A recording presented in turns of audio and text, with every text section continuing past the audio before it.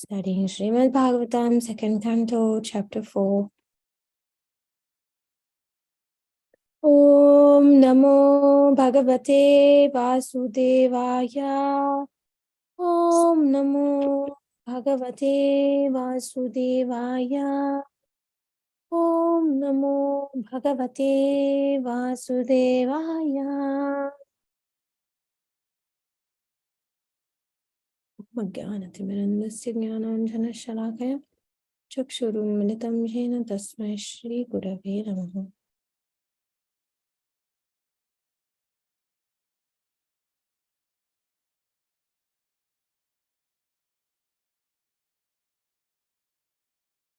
So we studied how Parikshit Maharaj is thanking Shukadeva Goswami for clearing his confusions. At the same time, his generosity in trying to influence all other sages who previously minimized Krishna. And he wanted all the misunderstanding to be cleared so that he can make them appreciate Krishna's greatness. Okay, let's start from here. Would you like to start, Rastali, from here? He knew many of them believed.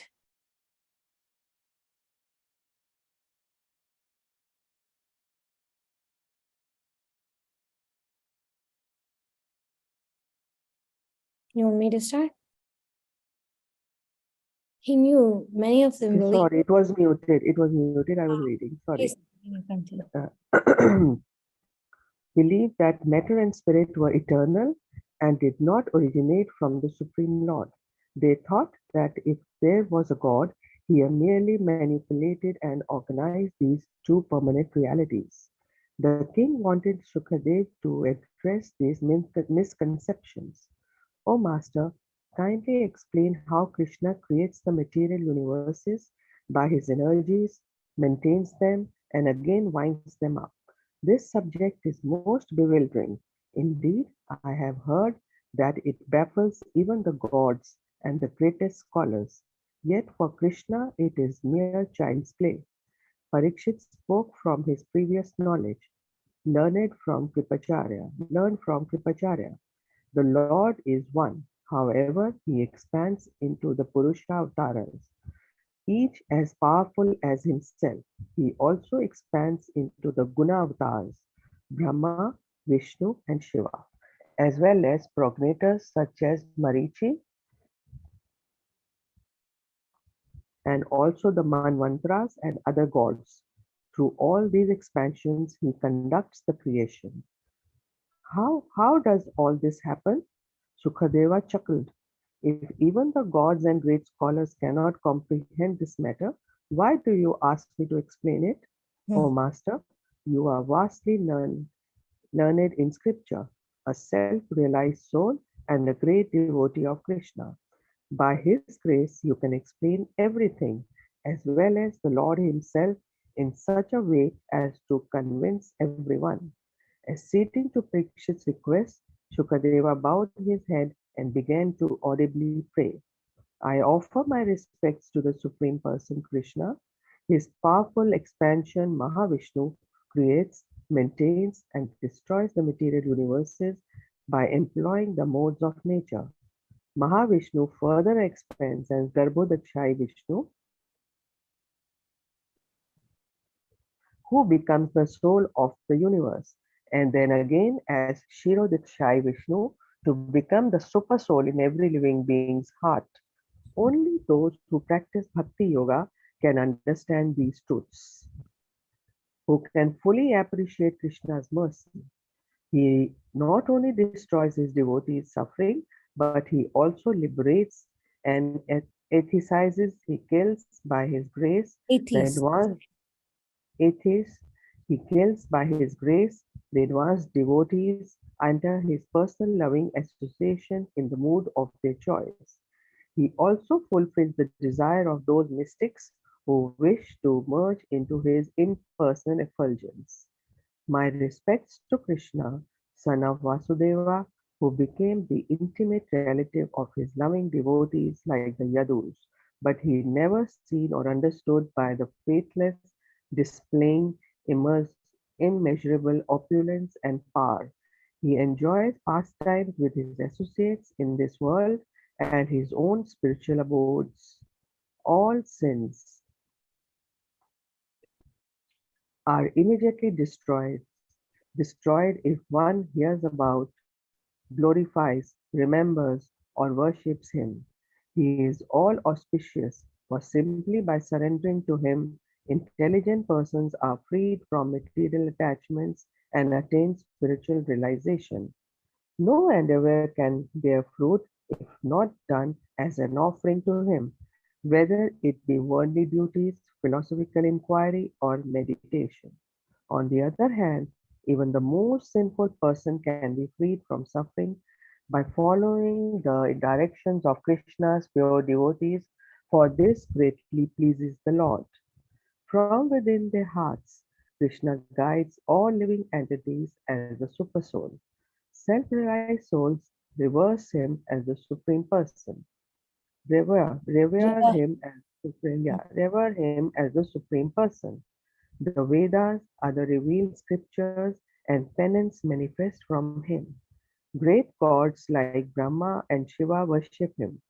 He can be attained by anyone except the pretentious. May the Supreme Lord be pleased with me. Parikshit listened attentively, his eyes fixed on the sage. Hearing that pretenders could not attain Krishna, he became thoughtful, remembering that the Lord himself had likewise cautioned his grandfather Arjuna. Pretenders make a show of spiritual advancement without factual knowledge of the Lord. They profess to be doing everything for Krishna's service, but because their hearts are impure, they actually work for their own satisfaction. Shukadeva continued his invocation. The foolish seek the goddess of fortune's favor, not knowing that hundreds of thousands of such goddesses serve Krishna as their beloved husband. The wise, however, engage the wealth she bestows exclusively in Krishna's service. The Lord sends to his world out of his causeless mercy to protect his devotees, such as his family members in the dynasties of Vrishni, Andhaka, and Yadu. Intelligent souls who perform sacrifice for his satisfaction will never be in difficulty. For Krishna in the leader of all is the leader of all living beings, the giver of intelligence, and the supreme proprietor of all the worlds. He is the supreme Godhead for whom all other incarnations emanate. May the Lord Krishna be merciful to me. The Lord liberates the yogis who tenaciously control their senses to attain a vision of the Supersoul. Unlike those who speculate about Krishna, his pure devotees continuously think of him according to the teachings of self-realized souls. May he be pleased with me. Goddess Saraswati, the personified form of the Vedas, appeared from Brahma's mouth. Through her, Krishna revealed truths about himself and awakened Brahma's knowledge of how to create the cosmos. May that Lord Krishna now inspire me in the same way to correctly delineate his pastimes. As the Supersoul, Krishna enters all created bodies, bringing them to life. As Vishnu, he generates the 16 principal elements. He does all this to facilitate the living beings' desire for material enjoyment. Just as the Lord crafted this beautiful creation, may He now make my words attractive, the potent to dissipate my listeners' ignorance. Shukadeva paused. Turning to where his father sat with Narada Muni, he placed his palms together and he bowed head said, I offer obeisance to the revered Vyasadeva who, as the literary incarnation of the Lord, compiled the Vedas. pure devotees relish the nectarine teachings. Thank you, Rasastali. We can pause here for a second. This is so sweet. Shukdev Goswami looking at Vyasadev, paying his obeisances. I mean, both of them are incarnations of Krishna. Vyasadeva is a literary incarnation of Krishna, and Sukadeva Goswami is also an incarnation. In fact, he was blue in color, Sukadeva Goswami. And the scene is very beautiful. He's looking at his father, sitting with Narada. He pays his obeisances, respect. So this again brings up the point of respect. We must be respectful to the elders. No matter even if you're Shukadeva Goswami, who do we think we are? That we should not be. Yesterday I was on a TV show and somebody asked some question and I thought I could answer it better. Somebody asked about problems with mother-in-law, not letting the person chant and do things and being critical. Elderly people, sometimes they are somewhat conditioned by their own experiences, and they have like a duality. Sometimes they want to protect us, and at the same time they haven't resolved their own issues.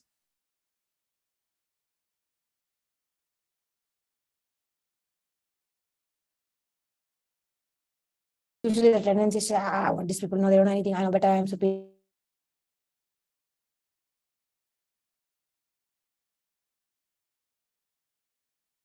Common to respect the elders, respect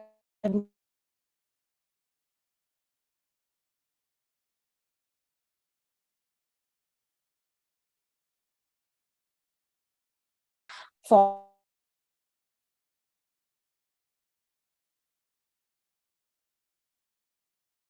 them or to sattva.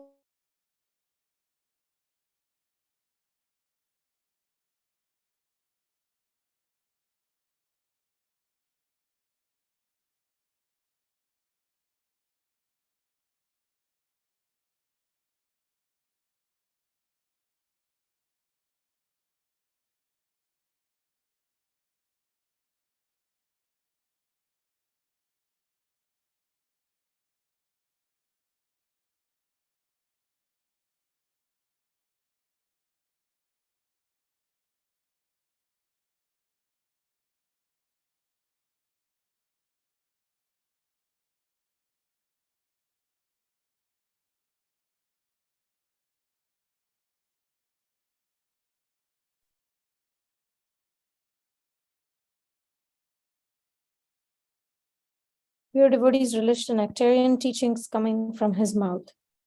Following in their footsteps, let us also attain this knowledge. Vyasadeva raised his right hand in blessing.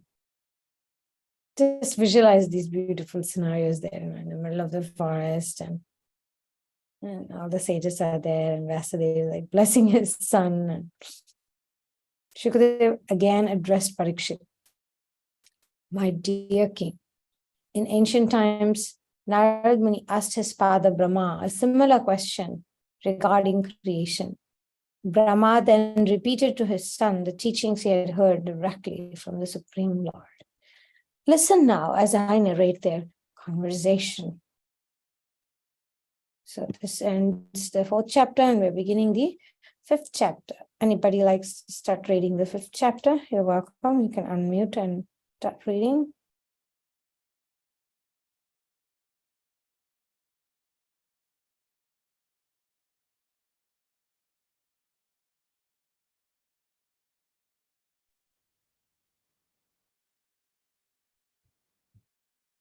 Okay, I can continue reading. Chapter 5, the cause of all causes. Sarva Karana Karanam. Remember? This screen, we can't really see. Oh, thank you. I don't know what happened suddenly. Sarva Karanam. So Krishna is a cause of all causes.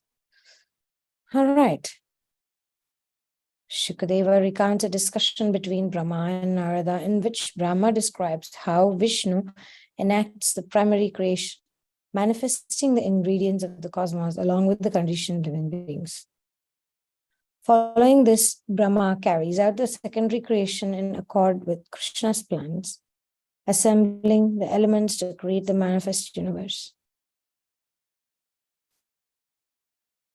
Brahma sat in his splendid assembly hall, which assumed various indescribable forms moment after moment. Constructed with celestial gems, which constantly changed hue, it appeared to be suspended in the firmament by its own power. It knew no deterioration and continuously increased the bliss of its occupants. Along with Brahma were the personified forms of mind, space, knowledge, sound, touch, form, taste, scent, nature, all the elements and the prime cause of all causes of the universe.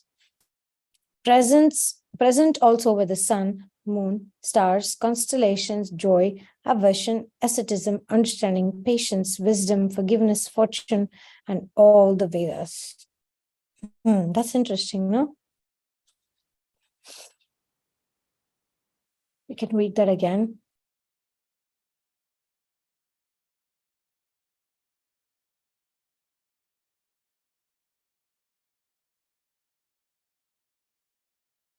Sun, moon, stars, constellation, joy, aversion, asceticism, understanding, patience, wisdom, forgiveness, fortune, and all the Vedas. This is personal, this is Krishna consciousness. Joy, aversion, understanding, patience, wisdom. These are all they are demigods. They are not just words in a dictionary. These emotions are not ordinary. They actually have personalities personifying these emotions. Wow, it's like mind-blowing. When Brahma finished giving audience and rose to leave, the attendant gods and sages called out in unison, "All glory to Lord Brahma, the all-knowing father of creation." As they repaired to their own abodes in the wake of Brahma's departure, they constantly praised the great God. Lord Brahma is unequaled in power, knowledge, and austerity. Hearing these comments, the intelligent Narada became absorbed in thought. He knew his father had performed much austerity. Why would he do so if he was supreme? Perplexed by this, Narada decided to ask Brahma himself. Any questions? Any comments so far? Anybody likes to continue reading from here?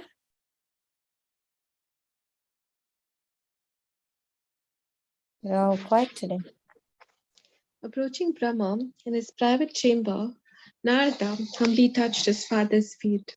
"Is there anything troubling you, my son?" asked Brahma. With palms joined, Narada replied, "My dear father, chief among the Devas, firstborn one, please instruct me in transcendental knowledge. What does this material cosmos rest upon? How was it created? How was it preserved? Who is the creator and maintainer? You know everything, for all things past, present, and future are held within your grasp, exactly like a walnut. You do not know who creates, dear son?" Narada bowed his head low before his father and humbly replied, "O great one, I understand that you alone create this universe just as a spider creates its web. Still, I have heard that prior to creating, you performed great penance. I therefore wonder if there is someone more powerful than you from whom you derive your knowledge and power. My dear father, you control this universe and know everything about it. Therefore, please instruct me." Brahma's face lit up with an expansive smile. "O auspicious son, I am most pleased by your intelligent question, which brought to my mind the all powerful Supreme Lord. Surely it is only by his inconceivable will that you appear confused.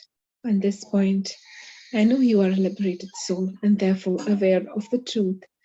By Krishna's desire, you ask only to clear up for other you only ask to clear up others' ignorance and to show me mercy by giving me an opportunity to speak about my Lord. Brahma then described how the cosmos comes into being. First, Mahavishnu manifests the material creation from his personal effulgence, the Brahmajyoti. Only then do I make the created forms visible, just as when the sun manifests its rays, the moon and other luminaries also shine forth.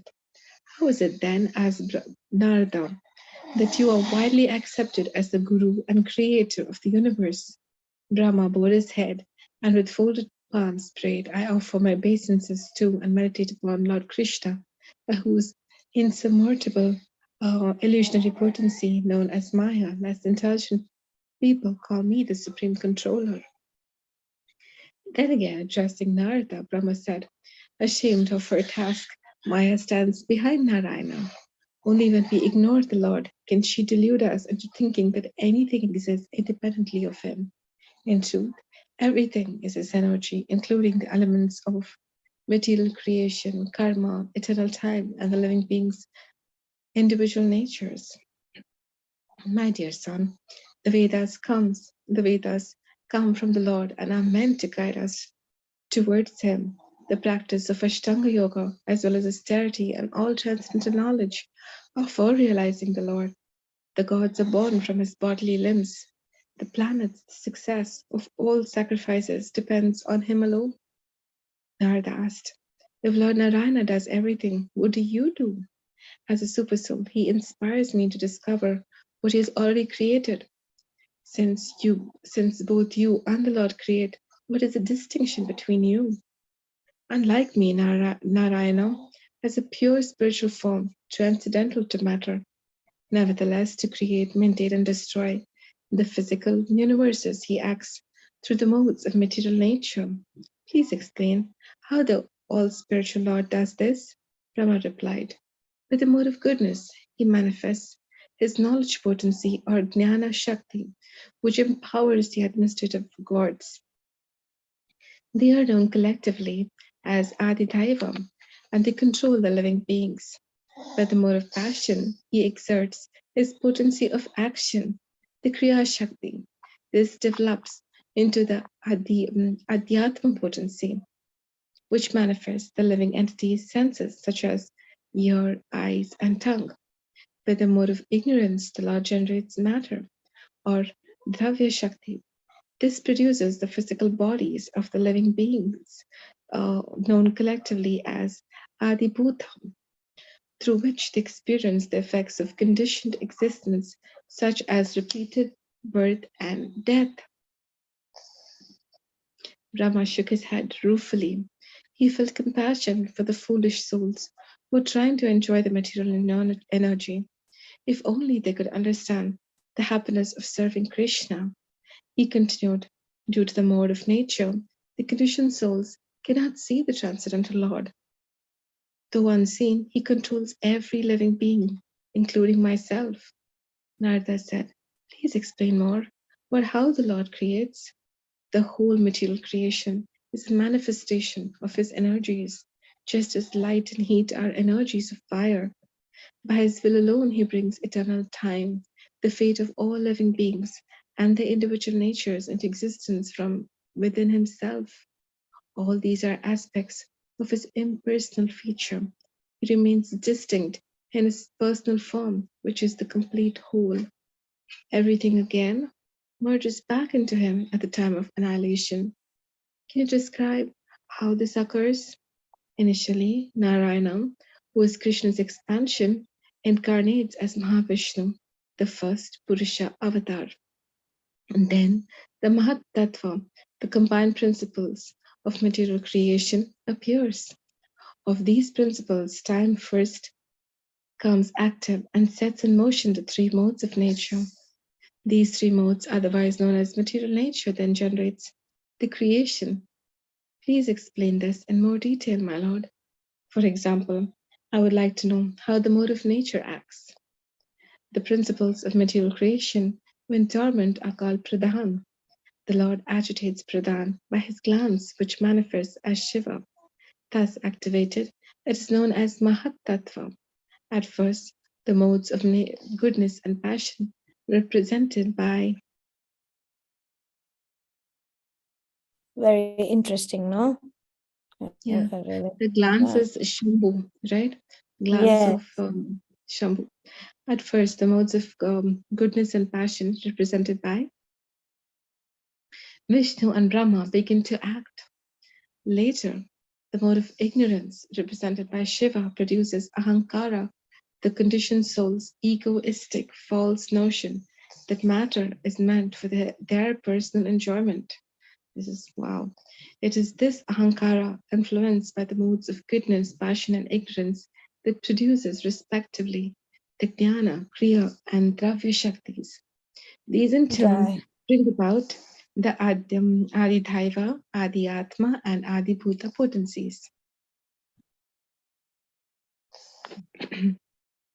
Narada became thoughtful. Shiva was the husband of Durga, the goddess of material energy. It therefore made sense that he, as the Lord's glance, impregnated nature with everything required for material existence, namely time and the living beings, along with their destinies and natures. Vishnu thus has no direct contact with matter. The sage recalled a line from the Upanishads, Parasya Shaktir Vividaiva Suyate, Swabhavik, Swabhaviki Jnana Bala Kriyacha. By his will alone, the Lord accomplishes everything effortlessly through his diverse energies. Folding his palms, Narada thanked his father. His heart was flooded with joy. Krishna's arrangements were astonishing and perfect in every way. Still, he couldn't understand why the Lord made such elaborate provisions for the eternal soul to forget their real nature and become entangled in material complexities. Diving, uh, um, Divining, divining his doubts. What? What is it? divining. Divining his doubt, Brahma said, the living beings are meant to serve Krishna for his enjoyment. When they are unwilling to do so, he allows them to forget him. They then become influenced by ahankara and identify with matter to fulfill their deluded desires or to enjoy independently of him. Krishna manifests material realm. Here they enact their illicit aspiration. Yeah. Yesterday, somebody asked this question on this TV show I was on, saying if, God has Goloka and Vaikuntha and all these eternal places, why did he even create the material world? Why it's so full of pain and suffering? Why did he even create? And the answer is here. He created it because we were still unwilling, unready, unprepared to serve the Lord. Because in Goloka and Vaikuntha, there is no place for false ego. There is only pure devotion, there is only love, there is only purity. And because we didn't want to do that, Krishna very kindly created this false world for us to go and experience what we thought will give us happiness. That, the mode of enjoyer. He said, okay, I'm creating this material world for you. You want to try it?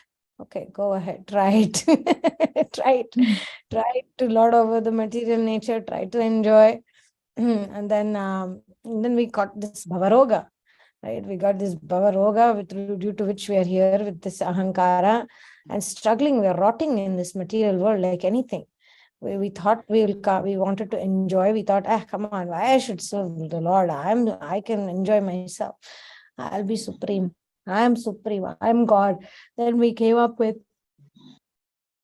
all sorts of atheism and impersonalism and all sorts of philosophies to defy God, so that, and we don't, I'm saying we meaning humanity, humans. Then humans started to say, come on, they cannot be God, like a person that, come on. It's like, okay, there's some energy like that. Why? Because we don't want to serve that person. We don't want to serve. So we came up with all kinds of reasons why not to surrender to God, why not to believe in God, if I tease him, everything. And then we started to, play the game of the house of cards, the you build this little house. See, what's it called? Sand house. Like kids, when the kids build sand house in the ocean shore, like that we started to build this shore in this world. ಮರ್ತ್ಯ ಲೋಕದಲ್ಲಿ ಬಂದು ಮನೆಯ ಕಟ್ಟುವರೆ, ಕ್ಷೀರ ಸಾಗರದಲ್ಲಿ ಮನೆಯ ಕಟ್ಟುವುದ ಬಿಟ್ಟು ಲವಣ ಸಾಗರದಲ್ಲಿ ಬಂದು ಮನೆಯ ಕಟ್ಟುವರೆ. Means we could build our house in the Goloka, in Vaikuntha Dham, in eternal worlds where there is an ocean of milk. Instead, we came to this ocean of salt, this world, and we're trying to build a house in this ocean of salt, which is obviously filled with misery. It's temporary, and we're still kind of fighting, hoping against hope that in this world filled with modes of nature, in this world filled with us being controlled by the modes of nature, we can enjoy. So he gave us this opportunity to purify us of this false ego, to purify us of this desire to lord it over the material nature, which we thought we can. So Krishna, sometimes the kids want to do something, right? And you know that they should not do it. It's going to cause them suffering or pain or something. You tell them, but they don't want to learn. They don't want to surrender. So we tell them, really, you want to try? Okay, try it. And then you know that they're going to break it and whatever, but we still give them the opportunity. So like that, Krishna gives us the opportunity. Please continue reading. Yeah. When I was just hearing you, Mataji, what struck me was when you said that we've come to this false world, and how in this whole thing they're talking about ahankara, which is false ego. Suddenly it was just clicking. To enjoy this false word, you need a false ego. And then even that enjoyment is false. Everything is false. And then I was just contrasting. That's why there is the absolute truth who's Krishna. So it's just like, so clear, like how the other day you were telling also again, for overcoming dark ignorance, which is darkness, you need light. And that light, I was just thinking, is like the Bhagavatam, right? So like that, sometimes these words that you're speaking, it's just becoming like, what do you say? It's becoming so clear. Things which I've heard, like many, I mean, it's not like you've not heard this, right? False word. But today, like, how it's all clicking, that false world means you need a false ego. So it's just, and contrasting that with the absolute truth, Krishna, it's just like, wow. Mm-hmm. Yeah. We wanted to play this game, and Krishna created this world for us, and we are in the middle of that game and we're rotting here. And everything is false over here. Everything that we're trying is false. And so I need to go back and take shelter of the absolute truth, Krishna. I mean, it's not exactly false like the Mayavadi It's say. temporary. Correct. That day we went through it, right? It's temporary. It's there, but it's temporary. It's made to teach us some lessons.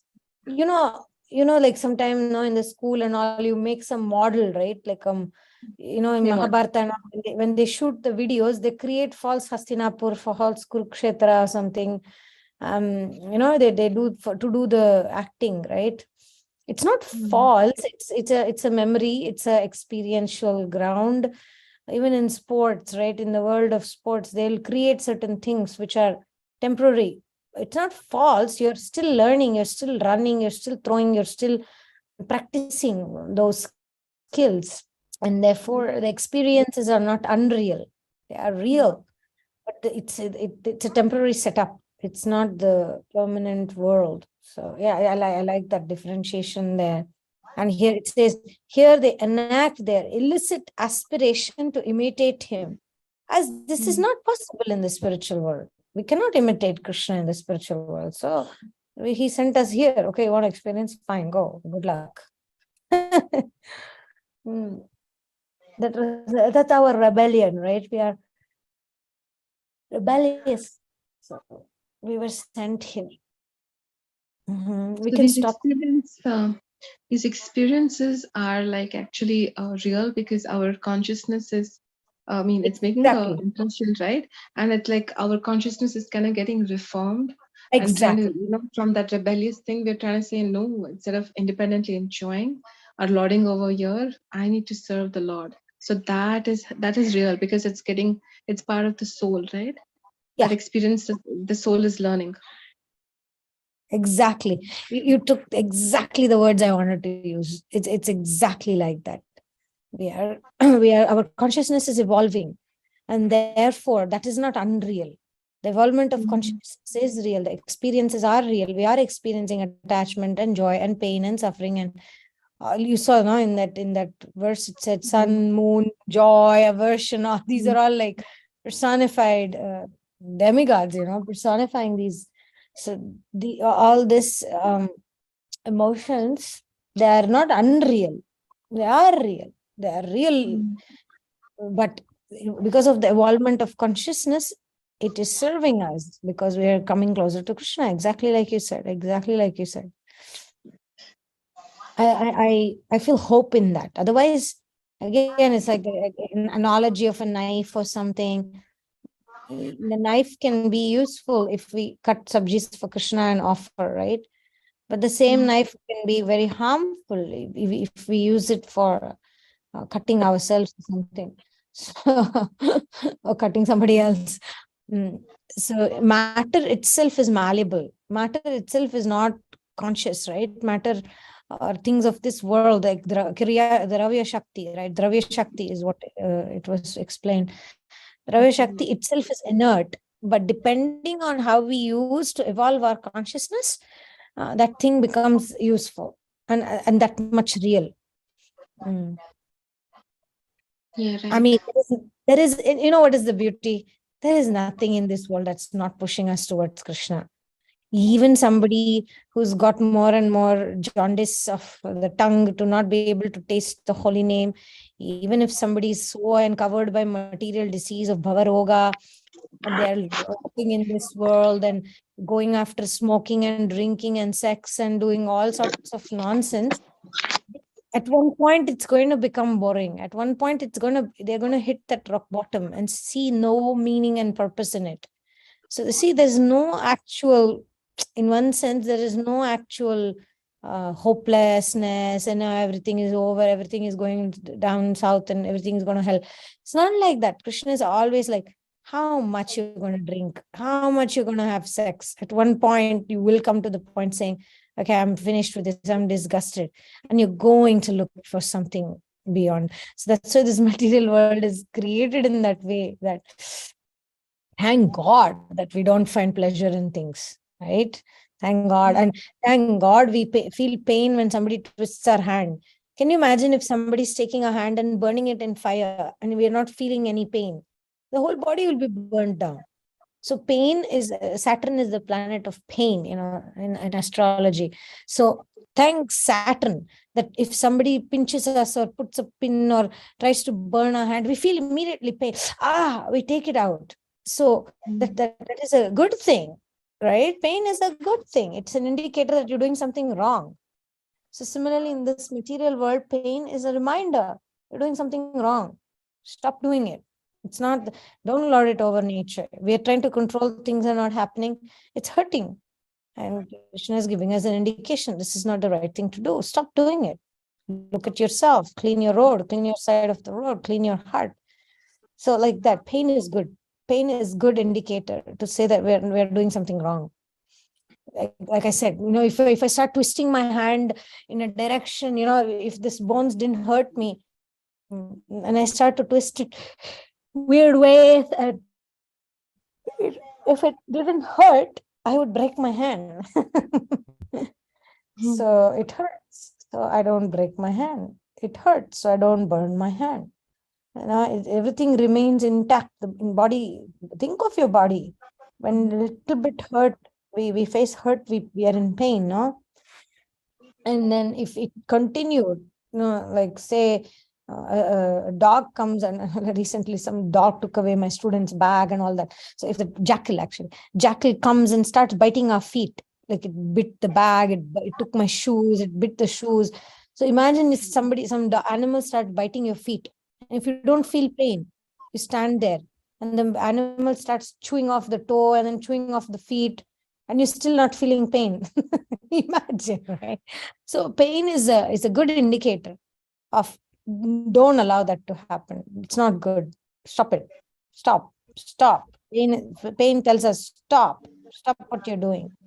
Not working, like that. So material world also, when we're experiencing pain, we're realizing it's not working. It's a good thing. It's very beautiful to think about how pain. Usually, we are dealing with pain, like want to come out of it, to elevate ourselves from the pain, to come to at least a stable mode, or like we are aspiring towards happiness. But then the way you're saying, just to see that as a safety mechanism, as a way to make us to realize that this is not the way we think, this is not the way we do. It's very beautiful. Even from pain, we can realize. Learn something like that. How nicely you're explaining. Thank you so much. Pain is a Really protection. like it. Yeah, I Pain really is like a it. protection for us. Thank God. Mm. Thank God we're not super confident, overconfident in this world. We are experiencing pain of lack of self-esteem. It's a blessing. I mean, small example. There's a kid who comes to my house weekends. She doesn't like to eat healthy food. So she's Mhm. always eating popcorn and ice cream and bread, like that. And at night, she's in pain. She's crying in the night, and the mother cannot sleep, the child cannot sleep, like that. And we're thinking what to feed her so that doesn't happen again and again. So again, I was thinking, see, it's a pain. It's an indication that the stomach and the body is saying, you're giving me wrong food. Pain is good indicator, because if it doesn't hurt, nothing is happening. One day we are going to collapse, right? The intestines won't work anymore. The digestive system will stop working. If some what do you call it, like immediate pain is not given, we will continue. And like I said, if I keep my finger in the fire, and if it doesn't burn me, I'll completely burn down my body. Mm. So thank God there is that. Thank God that there is pain. Mhm. That's- We don't thank pain enough, because of that pain, we're still together. Our bodies together. mm. It's a preservation mode also, right? One is protection and the other one is preserve. Mhm. Exactly.